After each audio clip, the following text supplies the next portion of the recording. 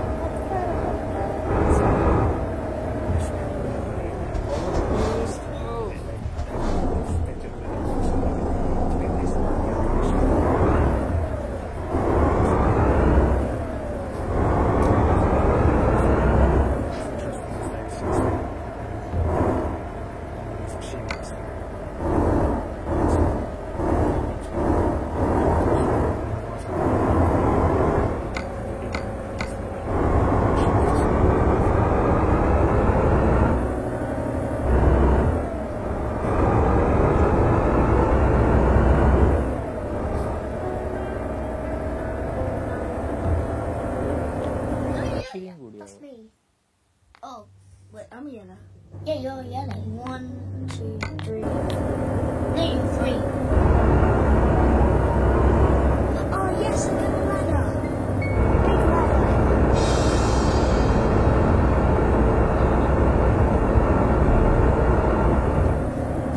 Up, to the squares at the top of the world. Sometimes when I come home in the evenings, I drive down that long drive and the sun's reflecting off the house. And I look at it and I think, I actually live here. Is that right? Simon, 53, lives in the country not far from Kettering, in a Georgian home. To Jane Austen house. You know, Lizzie Bennet had run across the lawn, I wouldn't have been so. With his wife, 4 kids, 4 chickens, 2 dogs, 2 rabbits, a hedgehog, and a housekeeper. He's climbed his way to the top of our snakes and ladders board. Grew up in Luton. Mum was an academic. Dad worked for BP. I was quite entrepreneurial from an early age. So I worked on a farm. I used to go bee picking in the summer days. The lasting memory of bee picking is how I could eventually go. When I was a little girl, I was working in an engineering factory in the summer days. I had a bath every time I got home. There was this ring of oil around the bath that washed off your engineering factory. Simon joined the fire service. I was at the time the youngest leading fireman. I was 21. I was in charge of the fire engine. And had a mail order clothing business on the side. And I said to my dad, made a bit of money. Right now. And he said, go and see my man in the city. So I went to see this fellow called Adrian, who was a Rhodesian ballet dancer. I didn't get many of those. Who turned himself into a financial advisor. And he invested some money for me. And it made a little bit more money, which was interesting. And on my 23rd birthday, he rang me up. And what he actually had intended was to recruit me, and he did. And that was very hard work. That was commission only, ate what you killed, and there were some very, very lean times, actually. I'd get off the train, and the only way to get to the office was to complete a jump over the barrier and shoot down the tube. So today, when I see someone skip through the tube barrier, my first reaction is, why are you paying? And my second reaction is, actually, do you know, there are some points in life where you can't, you just won't take a risk. Simon went on to found Panthera, a company that helps some of the very wealthiest entrepreneurs in the UK look after and keep track of their assets. In the same way that you and I might sort of that's fantastic. It's the same thing as you're doing for So you organise your living in Denmark and so forth, essentially. You live in the edges of these incredibly wealthy people's lives. How does that impact how you feel about success? He's taught me that actually. He was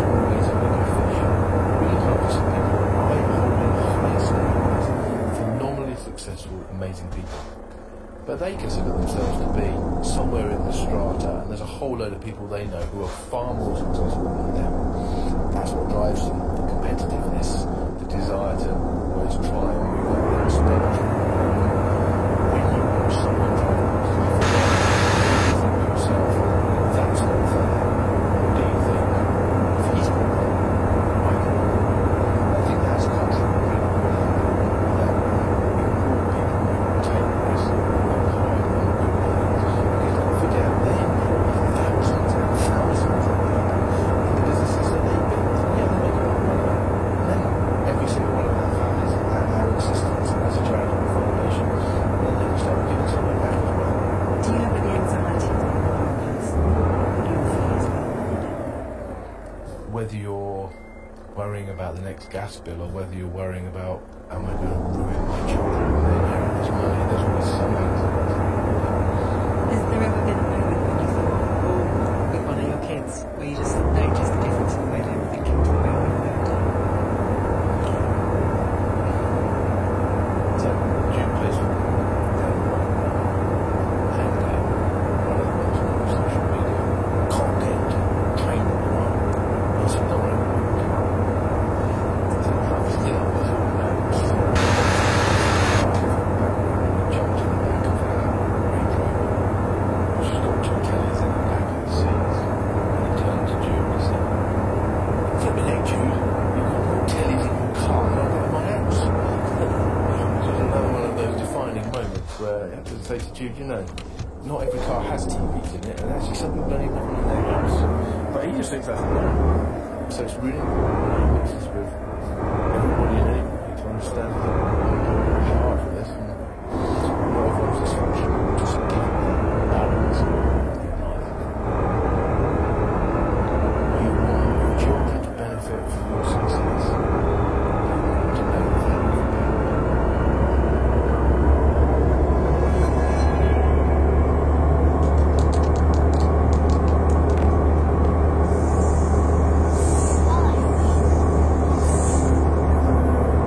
Back to square one. Thanks.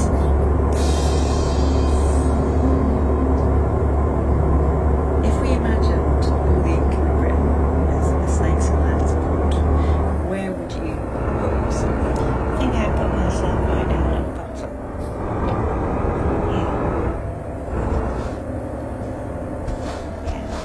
I don't know what to do about it. I don't know how to change my circumstances. I'm going to end up the same way as the Sarah. Christine, 68, lives in a council flat in Leeds. When I was single, it was fine, you know, because I could get a job and work, and then I got married, and then my marriage failed. So that was the first time when I realised just how difficult, you know, it was going to be. Two girls and a boy, and it was hard financially to feed them and to clothe them, and for them to look as, you know, look presentable. And I remember we used to walk a long way to school, and Sarah, my oldest girl, she was always colder than anybody else, and I decided to buy her this duffel coat, and it was awfully difficult, and it cost me quite a bit of money actually. And I remember that when I met with the teacher at school, she'd made a comment that no other kid would wear that duffel coat. You know, but so I found that quite hurtful because it cost me quite a lot of money, and I was thinking about her body rather than what it looked like and how fashionable it was. Did you have people to talk to? Just try to figure it out. I tried to figure it out on my own, I think. I didn't really share it. There was a time when we didn't have any electrical. It was about 9 months, and I was in my early pregnancy with my last child.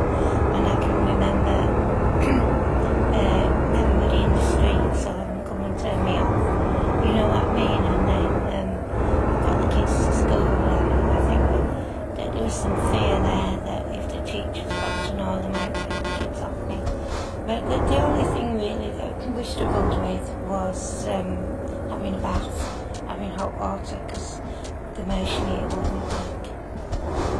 What did you do for a bath? Well, we just boiled water on a pan and then we put it in a bath, and it took a long time. The thing that kept me going was that I didn't want my kids to end up in care. I think that was it. I was determined that I was going to break the chain. You know, I was determined that my kids were going to know the mum and know what she looked like, and to be able to talk to her whenever she wanted. That was the thing for me. You know, that I had responsibilities. So it's about something else, being able to do that role. Yeah, about being a mum and a grandma, I think. So I've got one grandson, whenever I take him, if I buy him a hot chocolate, he'll tell me everything. And he always picks the most expensive cake. No matter where we go, he always picks the most expensive cake. It's just who he is. What's his name? Jack. He's a lovely boy. He is kind, and I never remember a time when he backtracked with me or gave me any trouble. He's just a nice boy. A house in the middle of nowhere. We know our neighbours. That's a bit unrealistic, but I like to choose where I would live rather than having to take something that never feels like it's my home. Sometimes when you get to it, it's just like a shop. You know what I mean? There's nothing in it, and you see an odour of people who were in it last. Yes, but you've got to move in it and give it your own smell.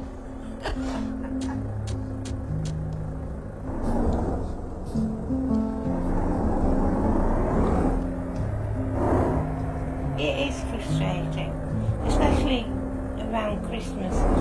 Everywhere in a supermarket is bright and light.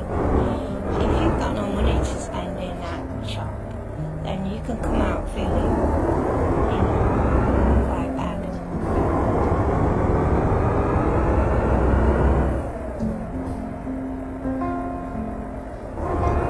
If you know somebody's living in poverty, why aren't you doing something to get them out of it?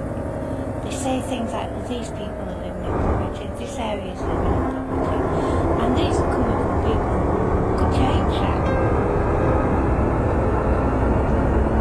Why are they just throwing that word out that live in poverty and everything? Yeah, do you know how that affects those people? Some of these people are quite rich in who they are. If they were given a chance, they'd do really well, I think. But they just say poverty like it's a throwaway thing, you know, like, oh, they're just living in poverty. You know, must be their fault, you know. What would you rather people saw? I think how much we loved one another as a family.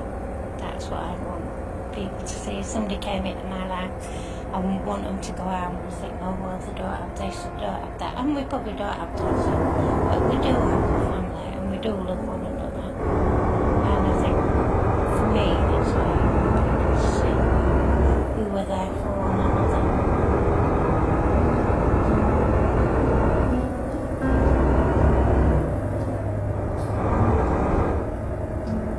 Get away.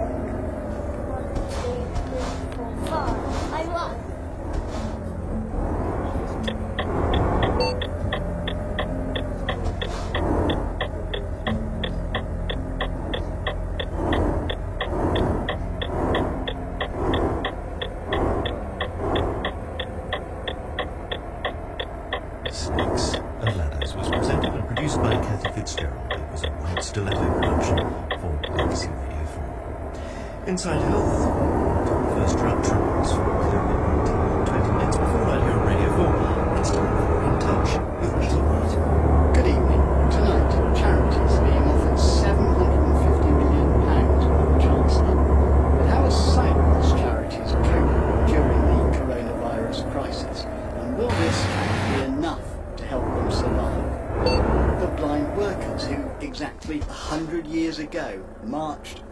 banner justice, not charity.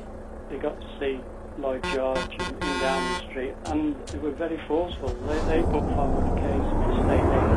That's what it was about. 100 years on, we retrace their steps, the man who studied their campaign. And also tonight, so many of us working entirely from home right now, me included, we hear about the do's and don'ts of video conferencing. But first, the Chancellor, Rishi Sunak, has announced a £750 million package to keep struggling charities afloat during this pandemic. Income has been shrinking rapidly, with things like charity shops forced to shut their doors. At the start of this year, we focused on the efforts of smaller, local sight loss charities in the UK. Well, Jenny Gage from Sight Concern in Worcestershire spoke then, and we've asked her to come back onto the programme again to tell us what things are like now. It's really challenging at the moment. An awful lot of our events have had to be cancelled. People who were fundraising on our behalf, so perhaps running marathons or getting involved in sponsored events, all of those are cancelled. We as an organisation have quite a lot of space in our building that we rent out or lease out, and unfortunately people aren't able to hire the rooms from us. We're concerned about how we will be able to fundraise on a long-term basis, whether many of those grants and trust funders will have exhausted some of their funds and not able to support organisations on a long-term basis. Those charities that have got very few reserves are potentially having to use up those reserves at the moment. It's really difficult if you have to make a decision as to whether you shut your charity immediately and you're not able to help blind and partially sighted people in your area, or you use your reserves and risk not being able to survive over the next 6 to 12 months. These are really real and difficult conversations that people have to have at the moment. That's Jenny Gage, Sight Concern in Worcestershire. Around 2/3 of this kind of small local charity belong to an umbrella called Vision. I asked its chief executive, Fiona Sanford, what she made of the promise of support from the Chancellor. I think it's really important that the charities find out relatively quickly how they can access this money and when, crucially, when they will access it. And how urgent do you think that is? It is very urgent, yes. A lot of charities, as we've heard from Jenny, are really beginning to struggle as fundraising events are understandably cancelled. Despite that, I gather there are some examples of the local organisations being able to offer quite a lot of help. I mean, what sort of thing is managing to go ahead? There's lots going ahead, Peter. You know, as you know, I'm a big advocate for the local sight loss charities. There are a lot of examples of them being very creative in how they're continuing to support and deliver services to quite often very lonely and isolated people. London Vision, for example, have created a COVID-19 page on their website which has got lots of really interesting and fun links and resources, and they range from things like how to get accessible settings on your TV.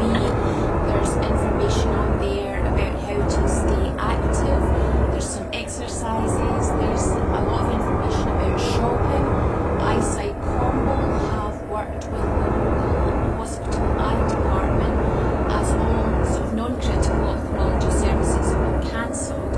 Eyesight Combo have now got the list of people, and they're doing virtual assessments over the phone and sending them out low vision equipment from their stalls. Obviously, it's really important at this time to continue to care for your eyes and not ignore eye health issues. So, for example, Berkshire Vision have been funded by their own CCG, and they're providing door-to-door transport for people who need to attend critical eye appointments, like, for example, for their injections for wet macular degeneration that still need to be done. How do you see the future of the finances, particularly those smaller sight loss charities? How difficult will it be for them to survive? Well, as Jenny has already outlined, there's no doubt that it is difficult and it is a challenge for particularly, I suppose, the smaller organisations, but let's not forget the big ones too. Everyone's facing difficulties, particularly as the fundraising events are cancelled. We don't know how long that will be the case for. What I would urge people to do is, if you do support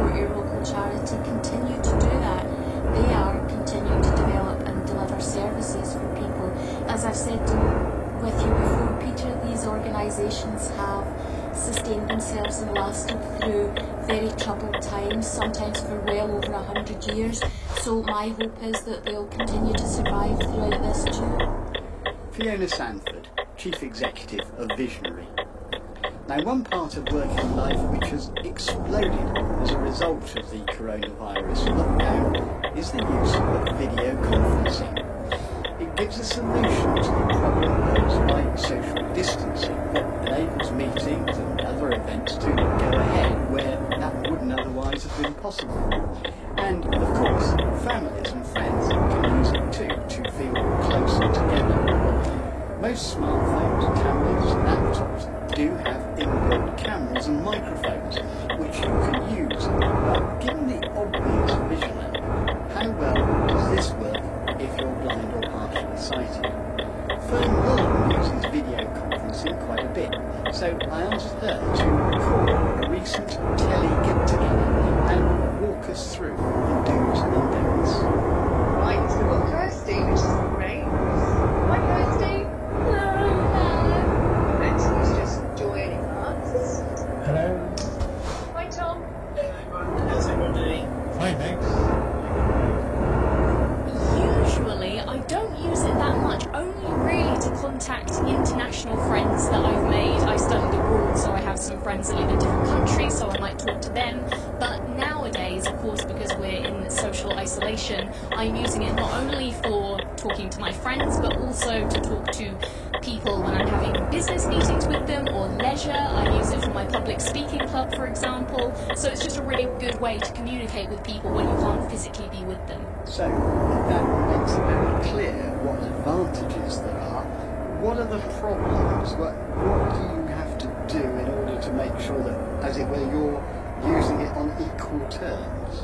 What you will notice as soon as you start a video call is that you can see your own face pop up on the screen if you have any useful vision. Everyone feels quite self-conscious about how they look on a video call because it's not always the most flattering angle. And for me, I do have some useful vision, although I am registered blind. And that feeling of self-consciousness is only exacerbated by having to peer right into the screen to see what's going on. There's often quite a lot going on as well in video conferencing, isn't there? So are you able to make the same use of it as everybody else?